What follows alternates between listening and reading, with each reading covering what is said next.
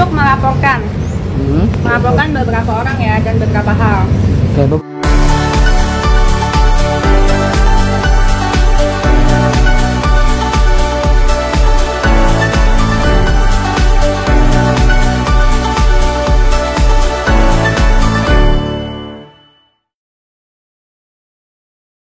Beberapa orangnya itu siapa saja dan halnya itu apa saja? Yang pertama aku laporin mantan asisten saya yaitu Vida. Di sini saya umumin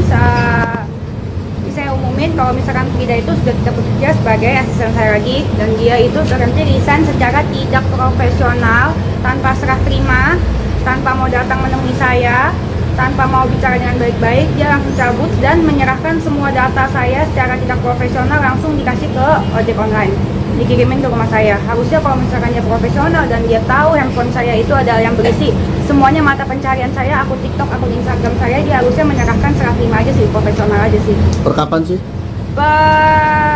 Sebelum lebaran ya, tanggal berapa ya? Februari mana? Lupa aku tanggal berapa ya? Hah? Sebenarnya dia desainnya tuh udah tanggal 20-an ya, desain saya tidak baik-baiknya ya. Di hari itu saya lagi ada kerjaan dengan 7 brand. Saya lagi live streaming dengan 7 brand, saya live 12 jam. Di hari itu saya baru angkat kista di gigi saya, jadi benar nggak bisa ngomong, saya mesti live. Terus itu dia kirim handphonenya, jadi saya sekantor itu bingung mesti kontekan sama siapa saat live. Kan kalau misalkan lagi live itu kan harus tektokan sama brand kan, barangnya mana, produknya mana, itu semua belum disiapin. Dia gue bikin handphonenya gitu aja sih. Jadinya pasal yang dilaporin apa? Hah? Pasalnya Pasal yang dilaporin itu setelah dia kirim handphonenya sorenya kan, gua ngecek handphonenya kan, handphonenya itu memang banyak chattingan yang dihapus dan bukti-bukti transfer. Pasal yang lu laporin? Iya, penggelapan ya? Iya. Nah, Total habis gue cek itu banyak chattingan yang dihapus, terus segitu bukti transfer terus dihapus-hapusin kan, bukti transfer dihapus-hapusin, terus gue minta ke yang dia chattingan, ternyata yang dihapus-hapusin itu adalah bukti transfer, terus segitu sama chattingan yang dia minta ditransfer ke rekening pribadi dia. Datang juga gitu. Sama orang tuanya tadi di rumah. Iya, dia datang sama orang tuanya ke rumahnya. Itu dalam hal apa Kak? Mau minta maaf, minta berdamai juga? Minta maaf dan minta berdamai. Jadi dia pertama datang sendiri. Dia awalnya datang masih mengelak. Dia datang itu setelah aku kontenin ya, beda. Jadi kalau misalkan dia datang dengan etikat baik, serah terima, dia datang sebelum saya kontenin. Saya udah diem aja selama 10 hari dia ngancem-ngancem saya melalui admin saya. Saya nggak usah diinjek-injek sih. Jadi saya kontenin aja, biar jelas gitu kan, biar semua orang tahu kan.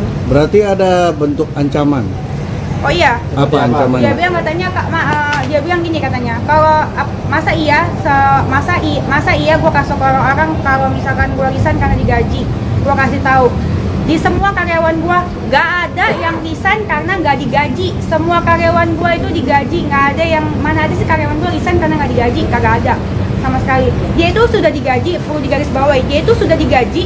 Yang belum dikasih itu adalah komisinya karena satu hal, gue udah minta mana laporan keuangan dan laporan penjualannya yang gue minta dari sejak hari H sampai sekarang belum dikasih.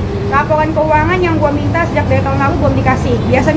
Biasanya itu dia kan kasih petikes laporan tiap hari kan. Begitu, gue minta itu dia nggak mau kasih. Bentuk ancamannya apa? Ya seperti itu dia ngomong. Oh. Gua mau ada teror gitu? Seperti yang dia ngomong tadi. Perlu nggak gue ngomong ke orang kalau misalkan gue resign karena nggak digaji.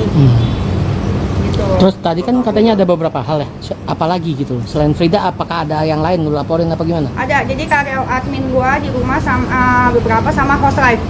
Jadi host live gua yang namanya Umay, kalau kalian sering nonton live gua itu ada host live gua jualan piyama.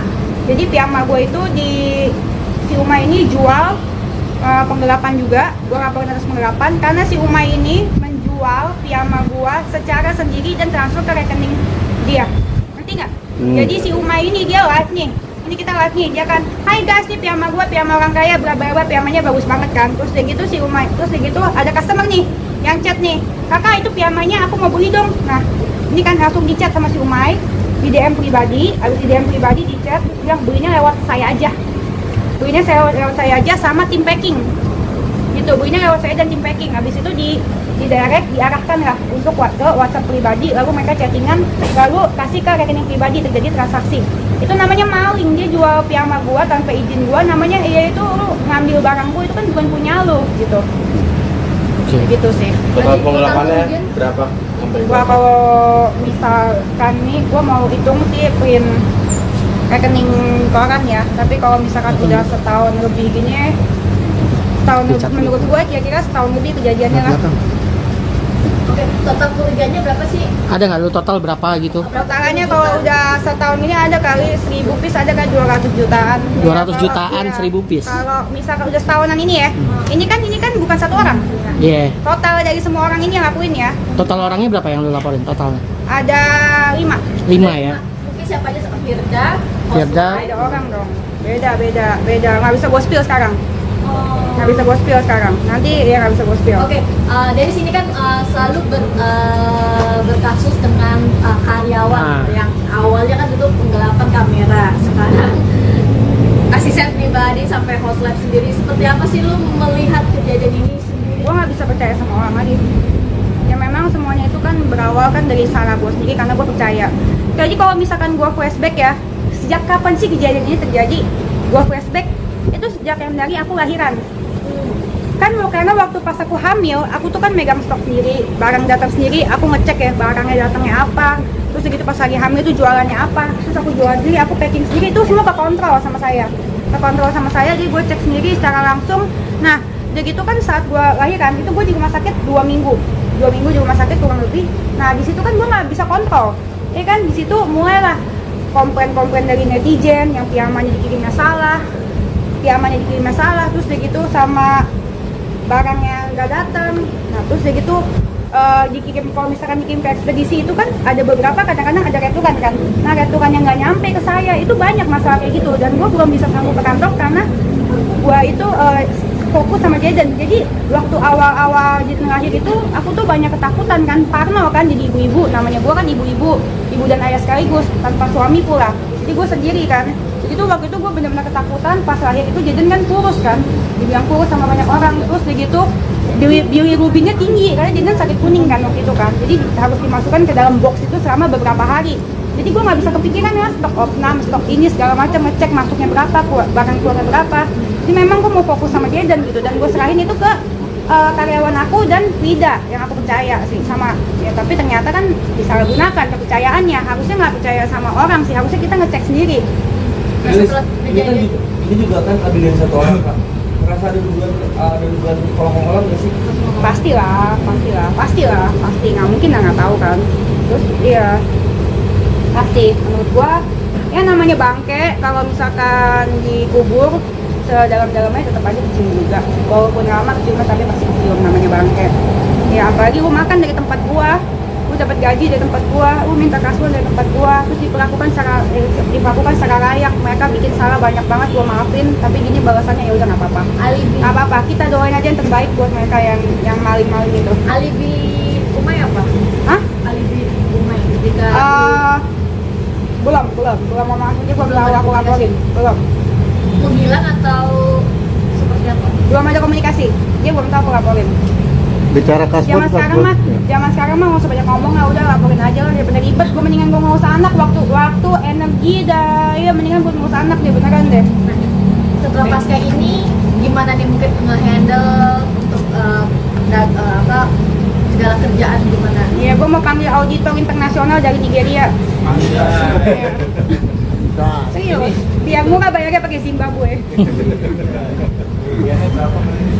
Kerugiannya nanya lagi, tadi kan udah bilang kurang lebih ya, kalau 1000 piece itu adalah 250 jeti kurang lebih ya, kalau misalkan di total semuanya ya.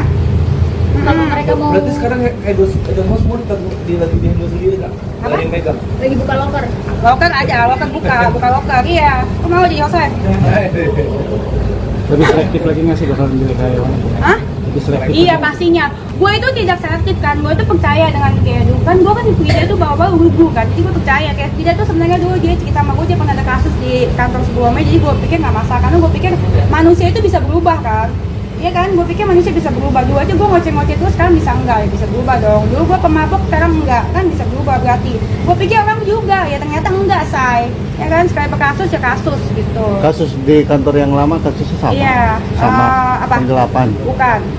Ada sampai kasus polisi juga. Dia jual obat COVID kalau nggak salah. Jual obat COVID? Iya.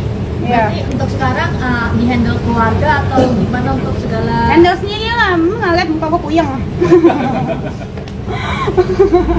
Bukan Puyang kebanyakan duit nih, Puyang handle. Hah? Jangan ke-shoot namanya ya. Ah, lu mah kalau kagak langsung aja live lagi monyong. Nih apa namanya dulu nih yang Frida dulu deh. Ya tidak boleh. Sebutin Buktinya aja. wajib. Sebutin aja nama. Gua sebutin aja ya. Nomor laporan aja. Laporan. LP-nya Oke. berapa LP? Nomor LP-nya nih lihat ya nomornya ya. Tuh.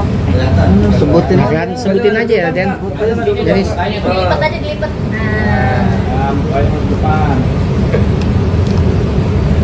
Nah, tuh. berapa sih? Bentar. Ini yang Frida. kiri. kiri. Nah, Ah. Tengah-tengah. Nah, Kanan. Ah. nah, satu Oke, yang satu lain. lagi ya piyama. Ya, Ma. Yes, turunan. Oh ya. Udah mikir taruh stok doang. Apa ya nomornya? Iya, nomornya. sebutin aja nomornya ya. Ini yang Umay dan kawan-kawan. Umay DKK ya. Umay deh kakak. Say. Ya. Oke. Nah, Ini karyawan-karyawan kan pasti nonton kan. Gue kasih tahu namanya Bangke. Kalau misalnya tutupin pasti kecium juga. Gue kasih tahu pelajaran hidup ya guys ya. Namanya lu kalau misalnya udah dipercaya orang, jangan pernah lu salah gunakan, apalagi lu manfaatin, apalagi lu bohongin. Apalagi kalau misalkan lu makan di situ, istilahnya masa lu makan di situ, lu berak di situ, iya kan? Lu makan di kloset, berak di kloset, masa begitu? Ini nggak ada etikanya gitu guys. Tidaknya kalau misalkan sekolah nggak tinggi, sekolah tinggi itu nggak penting. Yang penting itu adab, jujur. Terus dari itu jujur, adab, apa lagi? Etika. Jujur, adab, etika, sama attitude ya guys. Percuma kalau nggak sekolah, percuma sekolah tinggi kalau nggak punya itu juga. Apalagi lu nggak sekolah terus nggak punya itu lagi, aduh udah mati aja. Oke guys, beneran deh. Buktinya berapa tahun sih? Buktinya apa disuruhin? Buktinya ya jelas ada rekaman chat, bukti transfer, kayak gitu. Nggak mungkin lah kita bisa bikin HP kalau buktinya nggak jelas kan. Udah kerja berapa tahun sih sama ini? Semuanya kerjanya lama, 2 tahun lebih. Iya, makanya gue sedih sih. Ini gue sedih sih. 2 tahun lebih, 3 tahun ada juga 3 tahun. Itu 3 tahun ya? Oh ya 3 tahunan semuanya. Makanya ini sih gue sedih sih. Gue sedih karena gue nganggap mereka ini semua keluarga. Gue nganggap mereka keluarga, tapi mereka nggak nganggap gue keluarga sih yang pasti. Mereka tahu gue itu single mom. Mereka tahu perjuangan gue kerja mati-matian, pagi siang malam. Terus udah gitu mereka tahu apa yang gue lakuin buat anak gue, tapi mereka tetap bisa melakukan seperti ini. Jujur gue kecewa, jujur gue sakit hati. Tapi itu bukan yang pertama, tapi itu bukan yang utama gue bikin LP supaya kejadian kayak gini nggak ditiru sama pegawai-pegawai yang lain. Karena kan gue punya kantor dan pegawai gue itu mau 20, gue nggak mau semua pegawai gue kayak gitu. Jadi ini harus di-LP-in, harus dituntasin. Nggak ada kata maaf dan gue nggak akan mau damai. Oke. Kak Denis.